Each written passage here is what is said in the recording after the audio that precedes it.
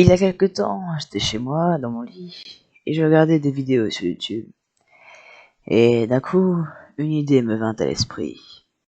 En effet, alors que je regardais des vidéos sur le système solaire, je fus frappé par la similitude de ce dernier vis-à-vis d'un atome. Et là, c'est le déclic.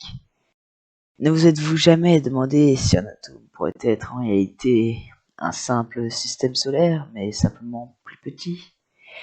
Si ça se trouve, notre système solaire et notre galaxie ne sont qu'une microscopique particule faisant partie d'une chose encore plus grande, voire d'un être vivant.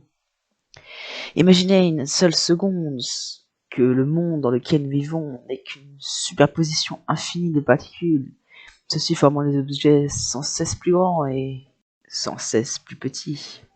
Il y a d'ailleurs des similitudes énormes entre planètes et atomes.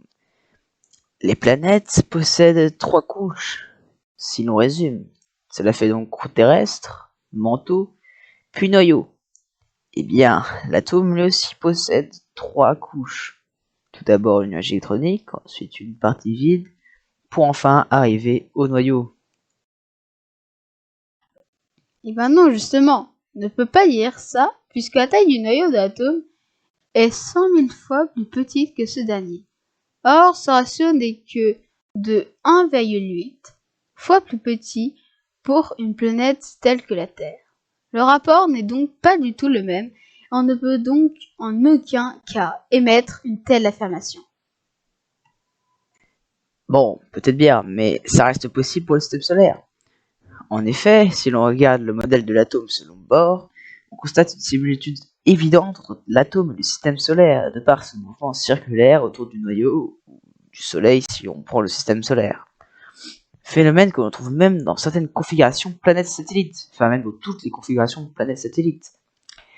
Et encore plus fort, les deux système solaire et composition de l'atome, sont faites à près de 99,9% de vide. N'est-ce pas incroyable?